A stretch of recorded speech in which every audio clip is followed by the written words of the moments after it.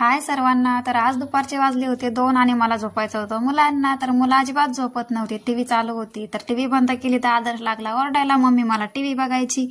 आणि ही सुद्धा मागं वळून वळून टीव्ही बघायची झोक्यातनं. तर झोक्यात टाकलेलं होतं हिला, अजिबात झोपत नव्हती. मग हिला द्यावा लागतो 15-20 मिनिटं झोका, तेव्हा ही झोपते. आदर्शने टीव्ही बंद केल्यानंतर मग ही झोपली आणि आदर्शही झोपी गेला.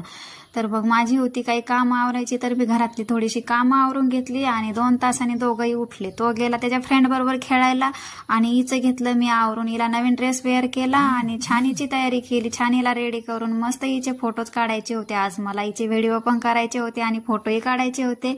तर मस्त हिला ड्रेस वेअर केल्यानंतर अजिबात काही करू देत नाही. ती काजळ टिक्काही नाही, काहीच नको, काहीच करू नको म्हणत होती मला.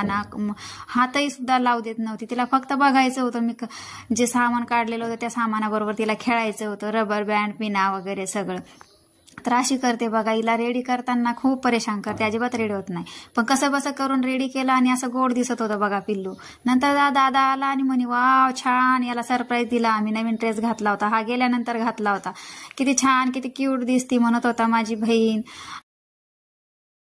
मग भांडी घासून ठेवलेली होती, म्हटलं चला ती भांडी लावून घेऊ. थोडीशी भांडी लावली वगैरे आणि थोडा म्हटलं चला चहा वगैरे बनव. आदर्श पण म्हणे मम्मी मला दूध दे. मग मी माझा चहा वगैरे बनवून घेतला आणि त्या दोघांना सुद्धा दूध दिलं. तर मग दिवसभर अशी असते बघा 2 मुलांच्या आईची फजिती. मग नंतर चहा वगैरे पिऊन झाला आणि आदर्शचे पप्पा आले. त्यांना म्हटलं थोडंसं हिला सांभाळा. त्यांच्याकडे तिला दिलं आणि मी मस्त साडी वेअर केली, कारण आम्हाला जायचं होतं गणपतीच्या आरतीला. आमच्या इथला गणपती आहे तिथे जायचं होतं. तर मग मस्त असं सिंपलच तयार होऊन आम्ही गणपतीच्या आरतीला गेलो आणि मग आरती झाल्यानंतर तिथे होता महाप्रसाद आणि मग मस्त जेवण झालं आणि घरी यायला निघालो.